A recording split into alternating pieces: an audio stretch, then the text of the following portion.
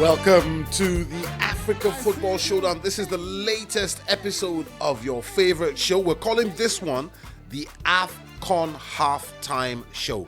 You know why? Because it's that time where we can just reflect on what's happened so far and look ahead to what's coming up in this extraordinary tournament so far. We'll be looking at all the big teams that have left the competition. And what about the minnows, the smaller teams that remain in the competition? Just how did they get to these knockout stages? We'll also be looking at our top five-a-side team. So we're picking our favorite 5 players from the tournament so far. And hey, which is the best dancing team at AFCON 2023? It's going to be a blast right here on the Africa Football Showdown. Bro, why you dey worry? What be your story? Sorry. All right, as usual, I'm here with my man, Daniel. Okay, I mean, that face says it all. I know that we're going to talk about your Ghana, but, you know, what a tournament it's been so far. What a tournament it's been, Peter. I've enjoyed every minute of it apart from Ghana losing. As a football fan, this has given all the surprises, lots of goals, a lot of new names to talk about. Honestly, it's been satisfying. It has been. Daniel is in the house. Unfortunately, our third wheel, Mimi, she's not here, but guess what? She's on her way to Abidjan. I mean, lucky girl, eh? I know.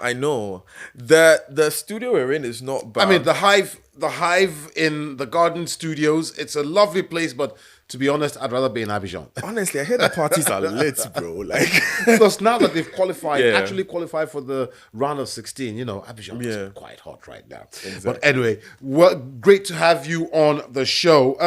Let me just start off by asking, what's been your highlight so far in this competition? well, we're going into it, aren't we? Emilio Nsue. Emilio Nsue, Equatorial Guinea. I think that they've showed a certain grace, they showed a certain quality. My highlight overall has been the fact that this has been a high-scoring AFCON. We've loved that, haven't we? Exactly. When you go into an AFCON, you expect to see very edgy games, 1-goal scoreline, and then people just progress gradually to the final. But this time we've seen, look, everyone has been all out looking for those goals. It's been a strikers AFCON. I don't want to take all the glory because I haven't been calculating the goals. You know, our producer Piers has, but he tells me, so if this is wrong, don't blame me, blame Piers, that it's 2.2 goals per game. I mean, that's something. That's really, really something. We only saw 2 0-0 games in the last third round matches. So, you know, it's been a wonderful tournament goal-wise so far. Refereeing has been okay. VAR has worked pretty well. I've agreed with most of the decisions so far. Some excellent players. We'll talk about them when we pick our top 5 players. But I don't think I need to ask you this question. But what's your biggest disappointment of the tournament so far? You don't need to ask me, man. My biggest disappointment has been the Black Stars. Had all to play for. Look, the thing about the Black Stars, it's encapsulated in Inaki Williams. So he left camp, went to Atletico Bilbao, and his first game back, he scored a goal against Barcelona. That tells you exactly what is wrong with the Stars. Like, you have a striker of that quality who can net against Barcelona, but he can't score against Cape Verde. He can't score against an Egypt that was struggling. I see your point. And I saw that Ghanaian journalists, they gave the manager, Chris Hughton, a torrid time after that game. I mean, I thought, I wouldn't want to judge any football fans' emotions, but I just thought that was a bit too much. Here's the thing. I don't agree with what the journalists did. I think that, and I tweeted this, I said that the teams give journalists access to players and not every fan, because they know that journalists have to be professional. And I know that everyone is a fan first, but you have to think like, okay, I have a job to do. I'm here to ask questions that are on the mind of the supporters. And yes, the supporters might want to shout at them, but you have to filter it through so that you can get your information out.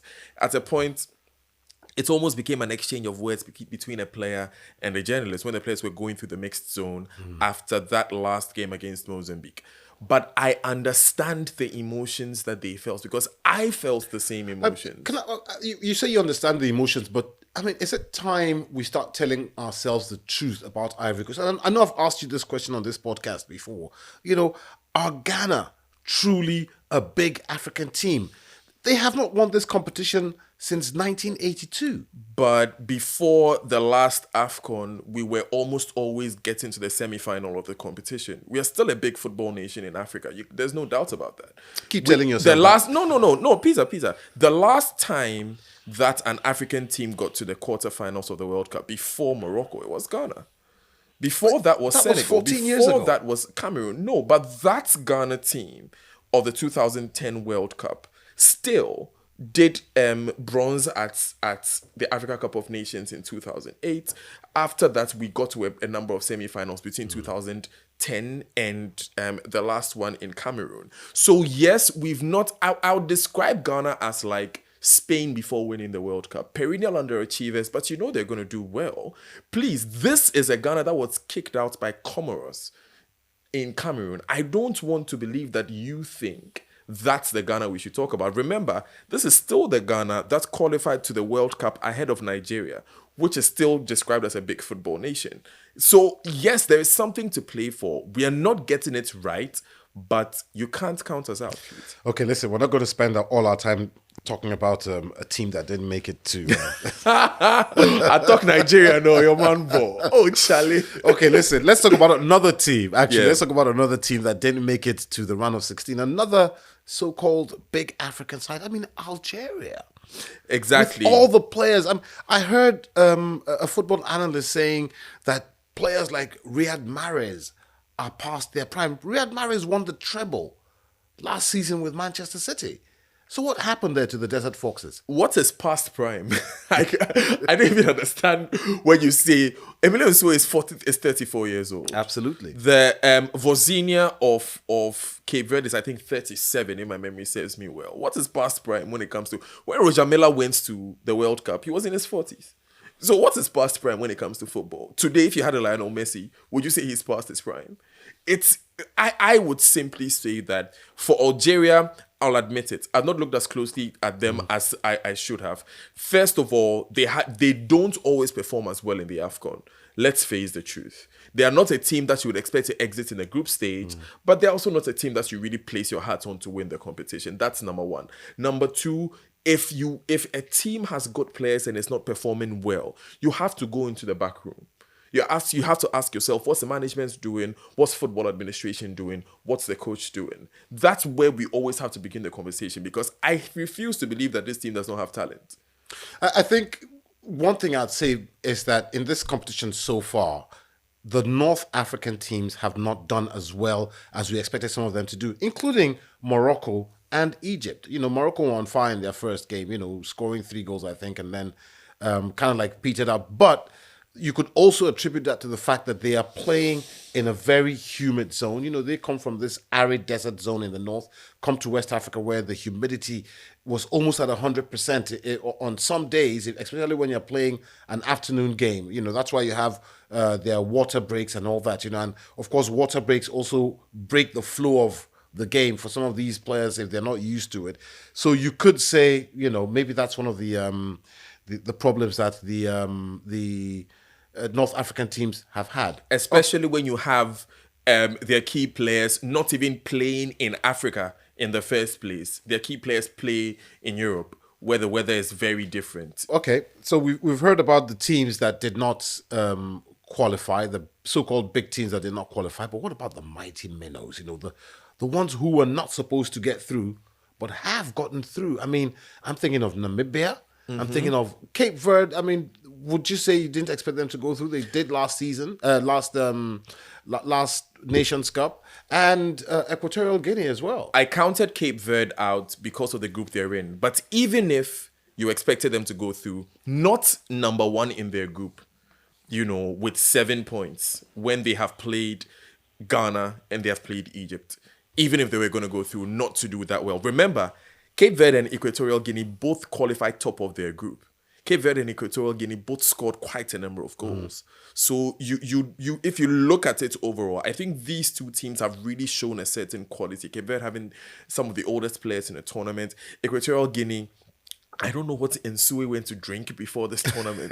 He's been absolutely fascinating. He's been on fire. 5 goals. And I don't know if you watched the 40-yard free kick by Bebe for Cape Verde the other day. I mean, from 40 yards, nobody touched it. It just went straight in. What a bullet of a shot. My only question to Bebe is, where was all this fire? When he was playing at Man United. When he was playing at Man United, bro. Like if you knew we had game like this, we would have given you time. Yeah, absolutely. Yeah. But why do you think these teams, Equatorial Guinea, Cape Verde, even the Gambia, who didn't qualify, why do you think they stepped up their game? How do they do it? I think to begin with, it's very easy to take such teams for granted. Look at the teams that they started up against. Cape Verde started against Ghana. Equatorial Guinea started against Nigeria. These two teams were tournament favorites in a lot of people's books. These two teams on paper were teams that, look, you're going to have firepower up front. You're going to have, not bad midfield and decent defenders. So you expect that you're going to hear a lot of names, a lot of people shouting Osimhen when they are playing against Equatorial Guinea.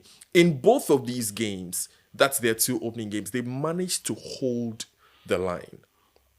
And they managed to see enough of the ball to get the other team nervous. Because the thing about AFCON, and this runs through a number of teams, even with the very well-performing teams, is that as soon as you cross halftime and you begin entering the game, if you don't have goals, you begin to see the nerves show. And that's especially if you're one of the bigger sides. Especially if you're one of the bigger sides. That happened with Nigeria. That happened with Ghana. Even to the extent that they had conceded goals. You get me? If it wasn't for that quick response again by Osimhen after that Equatorial Guinea goal, we could have been talking about a very different tournament for Nigeria. Because it's like mentality plays a big role in these games. And I think that it really comes down to the mindsets that these guys enter the games with. Because there's really nothing more that you can talk about. You can't tell me that they had more quality on paper and off paper, and in some cases on the day, against Egypt, against Ivory Coast, against Nigeria.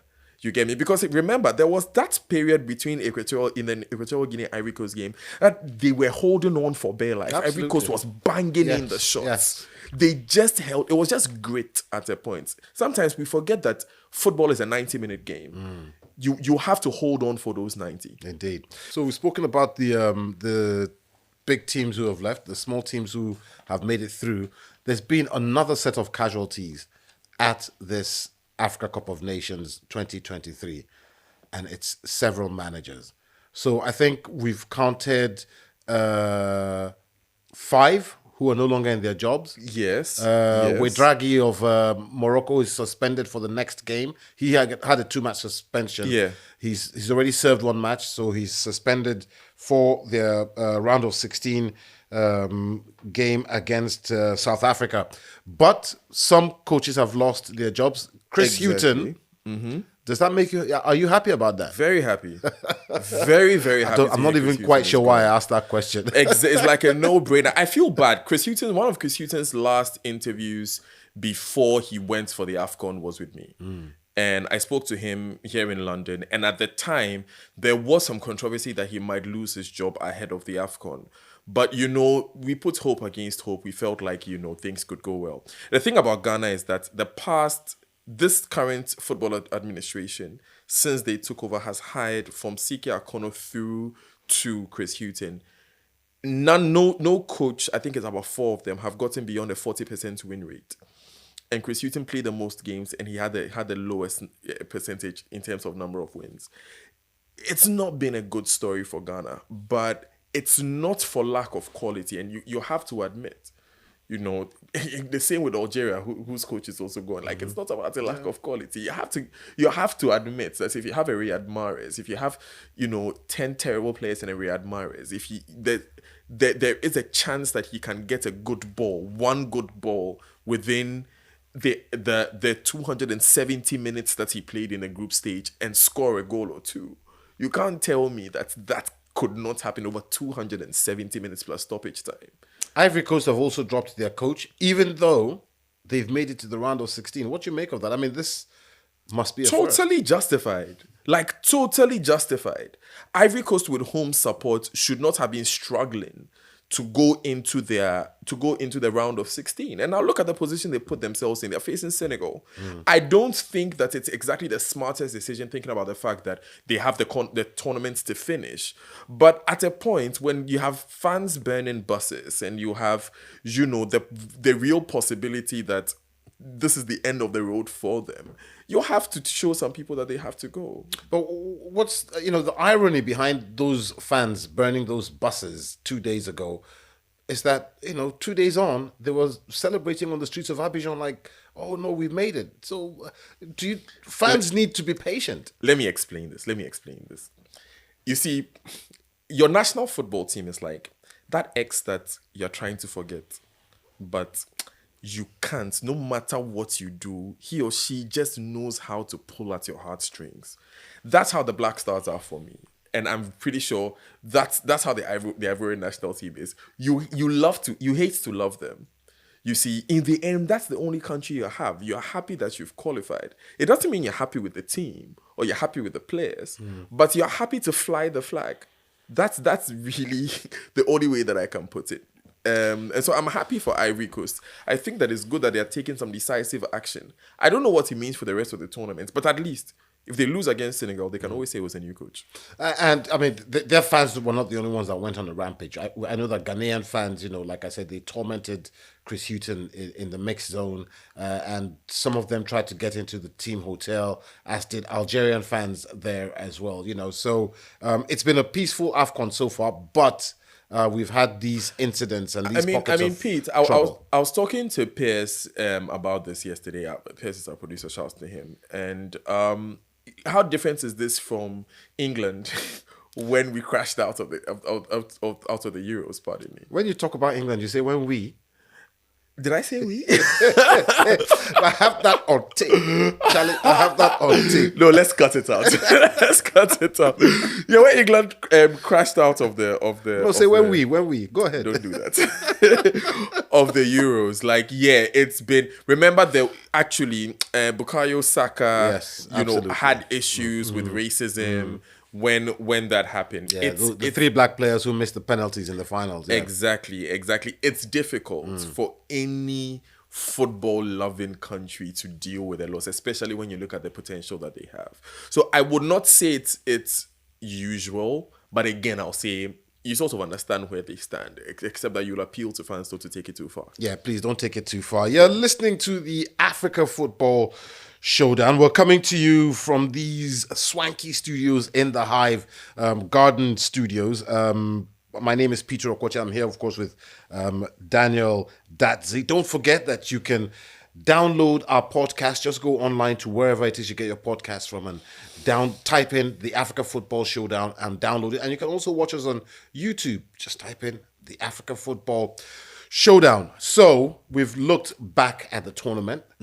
Let's look ahead to see what's coming. Okay. We've got some exciting games coming. If you just remind us of the fixtures coming up starting on Saturday.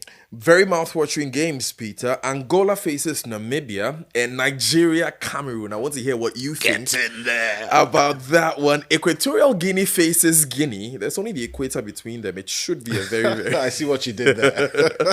It should be a very interesting one. Egypt faces DRC.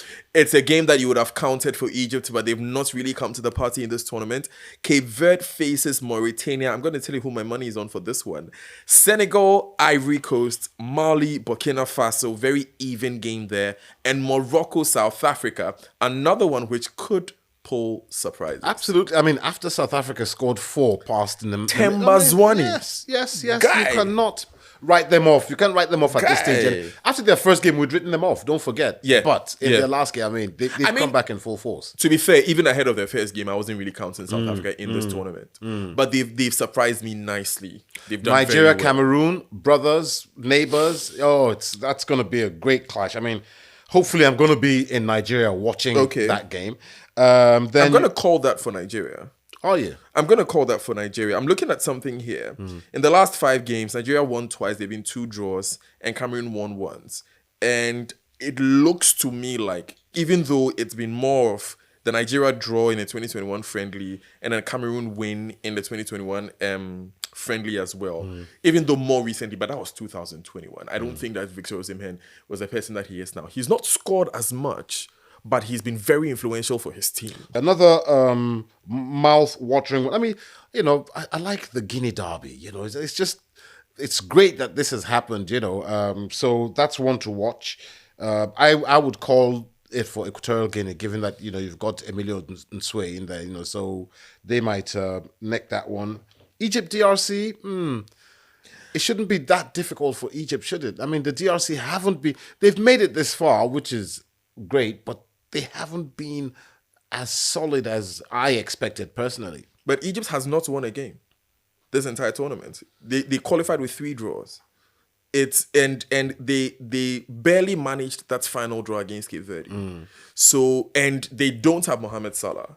So what I'm looking for is, can DRC score a lot of goals? Because Egypt can score.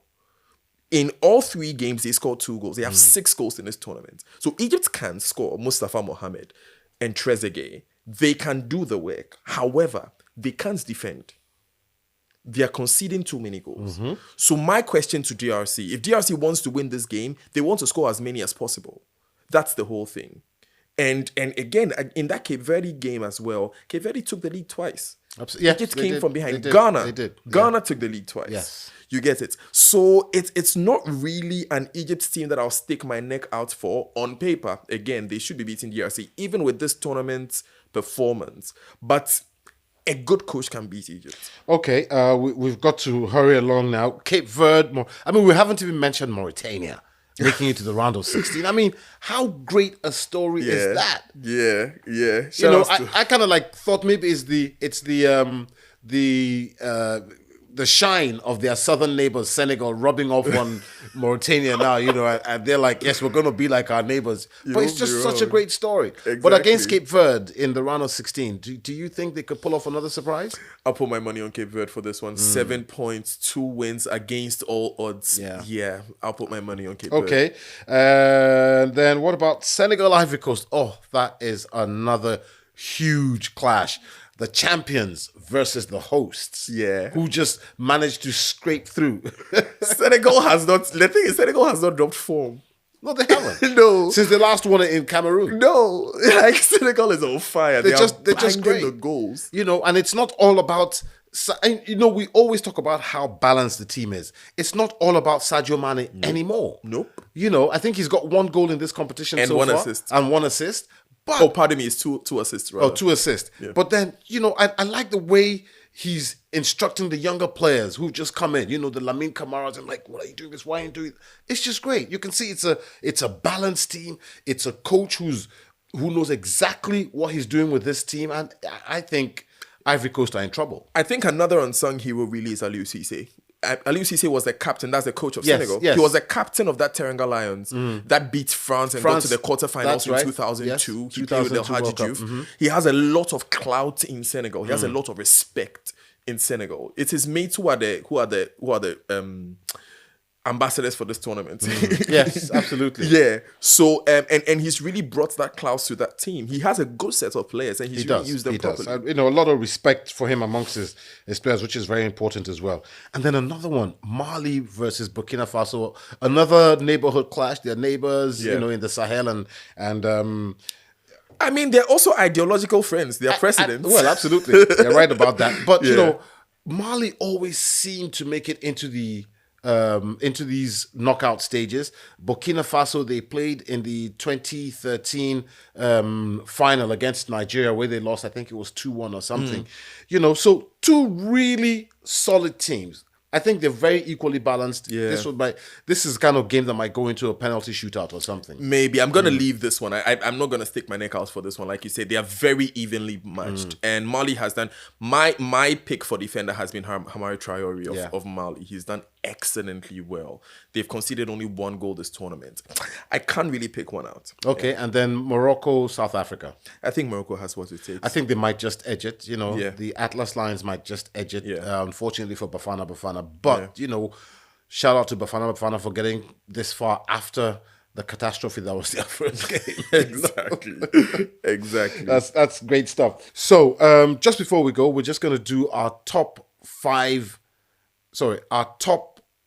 players of the competition so far. 5 aside, so defender, midfielders, and attackers. Top 5. You go, Daniel. Alrighty, I'll start from the back. Hamari Traore of Mali. He's been excellent for the team. He's also scored a goal and gotten an assist in there. So really back to forth. I feel like if Ghana had done a bit better, Jiku would be in the running, but it didn't really come out after that first game. Midfielders. I know this is a controversial one, but Mane is an attacking midfielder, so I'm going to put him in there.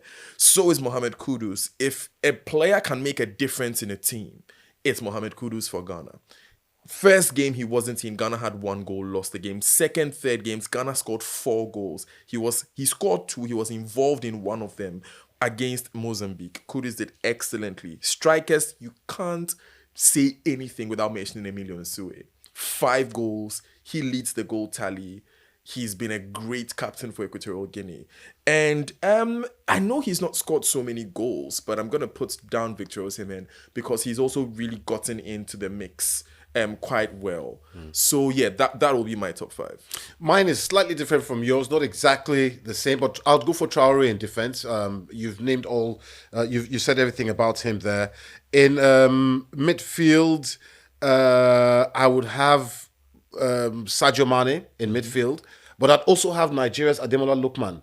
Because at one point I thought his career was gone, but he has just been extraordinary. Yeah. The runs on the wings, the dribbling. He's almost played like a number 10 as well as a winger, So I definitely give him that. Lamine Camara from Senegal, scored 2 goals in their first game. Lovely, lovely, lovely player. 20 years old. He can only grow and grow. And I do agree with you. I can't leave out Victor Osimhen simply because, hey, he's Victor Osimhen, African Footballer of the Year. No, but he's not totally disappointed. Yes, he's not scored as much. No, he hasn't. But he's played well. Absolutely, absolutely. So those would be my 5 teams. I think for once we kind of like agree. Emmanuel Kudus, I think that's a really good... Mohamed Kudus, I think that's a really good choice as well. But, I could only pick 5. Now, one of the most important things in this competition has been the dancing. Have you seen the goal celebrations? Jeez, it's been brilliant. But let's try and pick out which is our favorite dance by the teams.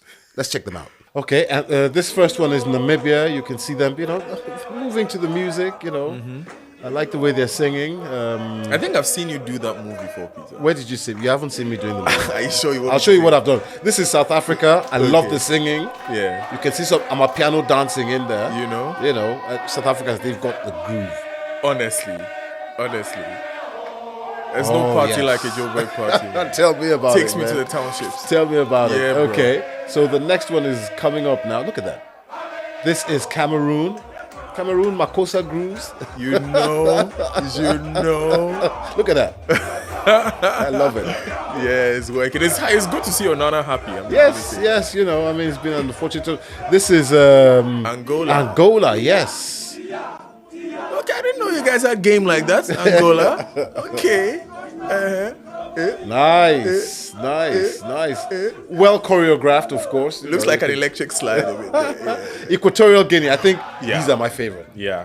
Both on and off the pitch, they have actually done the business when it comes to dancing.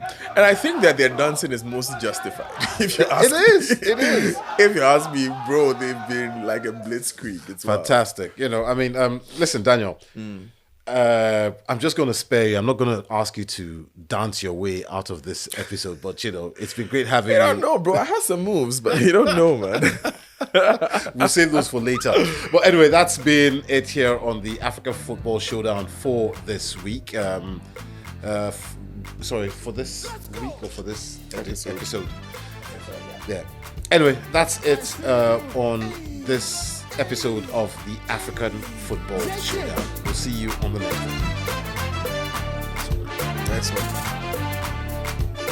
Are you ready? 1, 2, 3. Can we do it together? You don't feel that?